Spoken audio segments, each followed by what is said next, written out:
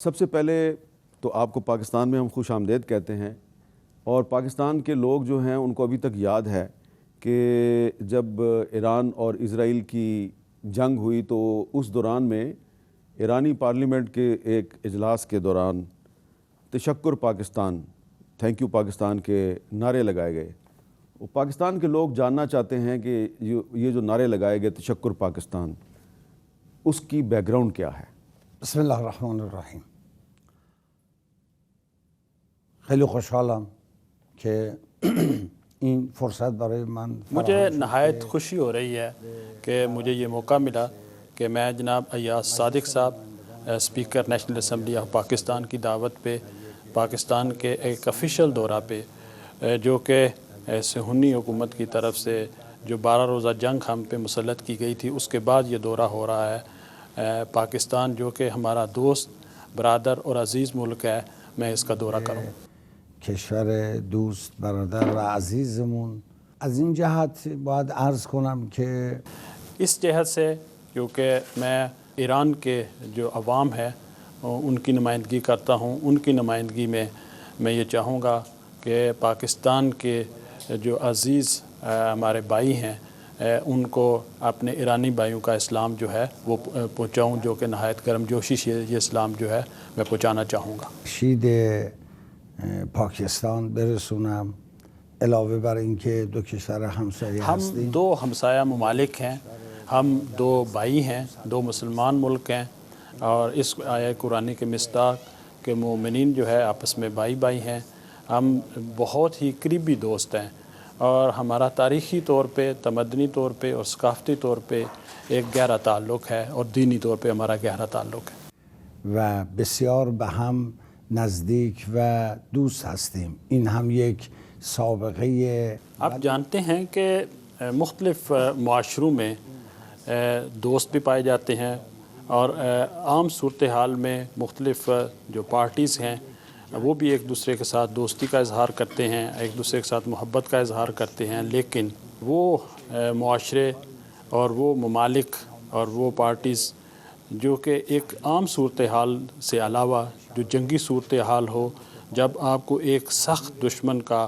سامنا ہو، ایسا دشمن جو کہ بچوں کا بھی قاتل ہے، جو کہ نہایت ہی مجرم ہے، اور غیر قانونی طور پہ جو ہے ایک حکومت اس نے سنبھالی ہوئی ہے، جس میں کہنا چاہوں گا کہ وہ صہیونی حکومت، اس کے ساتھ جب آپ کی جنگ ہوتی ہے تو اس وقت کس طرح سے آپ کو سپورٹ حاصل ہوتی ہے، اور جب آپ کو اس دشمن کے خلاف سپورٹ حاصل ہوتی ہے تو میں شہید چمران صاحب جو کہ ہماری 8 سالہ جنگ کے ایک عظیم مجاہد تھے، اس میں شہید ہوئے، انہوں نے ان کا ایک مشہور جملہ ہے کہ جب جنگ کا نکارہ بجتا ہے تو اس وقت مرد کا جو ہے فیصلہ ہو جاتا ہے کہ کون جو ہے وہ اس وقت جو ہے وہ مجاہد ہے اور کتنا جو ہے کوئی بہادر ہے۔ تو ان سخت ایام میں جو ہے جب ہمیں ایک دشمن کا سامنا تھا تو پاکستان کی عوام، پاکستان کی حکومت، یہ سب جو ہے چاہے جو ہے وہ سڑکوں پہ نکل کے اور پارلیمنٹ کے اندر ہمیں مکمل طور پہ ہمارے ساتھ جو ہے وہ کھڑے تھے، ہمیں مکمل طور پہ انہوں نے سپورٹ کیا، اور یہی وجہ ہے کہ ایران ہمیشہ اس محبت کے لیے، اس سپورٹ کے لیے پاکستان کا ممنون رہے گا، اس کا شکریہ ادا کرتا رہے گا، اور دل کی تہ اتھا گہرائیوں سے یہ شکریہ جو ہے پاکستان کے ساتھ ہم پاکستان کے عوام سے اپنی عقیدت کا اظہار کرتے ہیں، شکریہ کا اظہار کرتے ہیں کہ انہوں نے سخت ایام میں جب ہم مشکل میں تھے ہمارا ساتھ دیا، اور انشاءاللہ یہ ان کی سپورٹ ہمیشہ ہمیں یاد رہے گی۔ پر میکنه و از اعماق وجودش عرض ارادت به مردم عزیز پاکستان میکنه که در این روزهای سخت این گونه ملت ایران رو و ایران عزیز رو و انقلاب اسلامی رو و اون هم علیه رژیم صهیونیستی تشویق کردن، حمایت کردن و تا پای جان ایستادن. و از همین جهت هم در اولین فرصت ممکن در اولین سفر یہی وجہ ہے کہ میں نے پہلی اپنی اپرچونٹی میں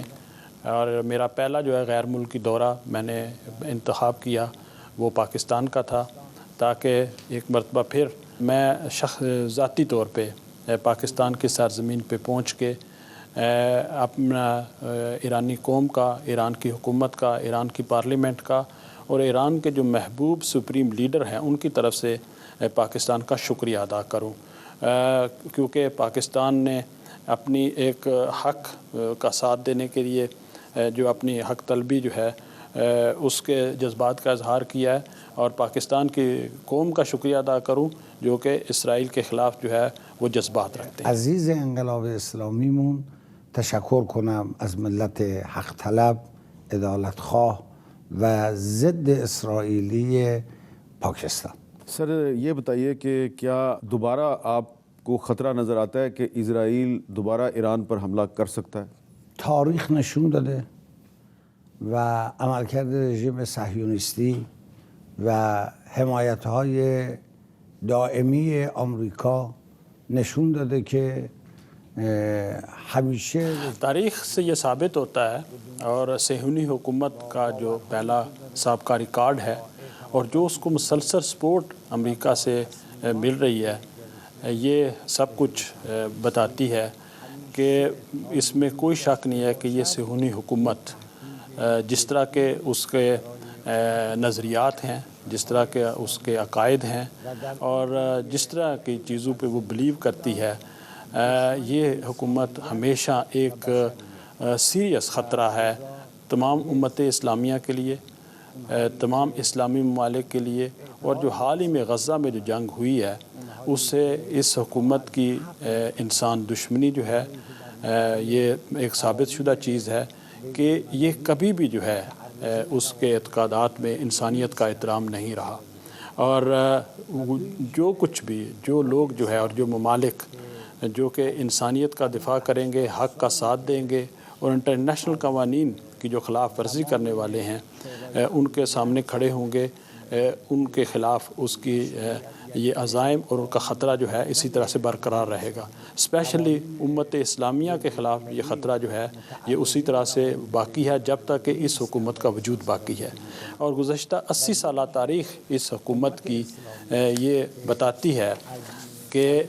اس نے کبھی بھی جو ہے اپنی جو غصب شدہ سرزمین ہے اس پہ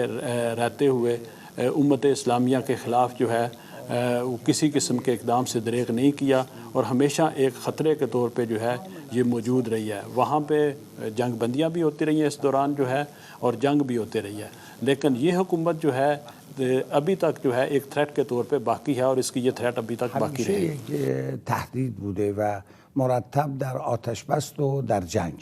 من فکر میکنم که این تهدید همینطور ادامه داره. شما دیدید 1948 در سرزمین‌های اشغالی مستقر شد. در 1948 میں جب یہ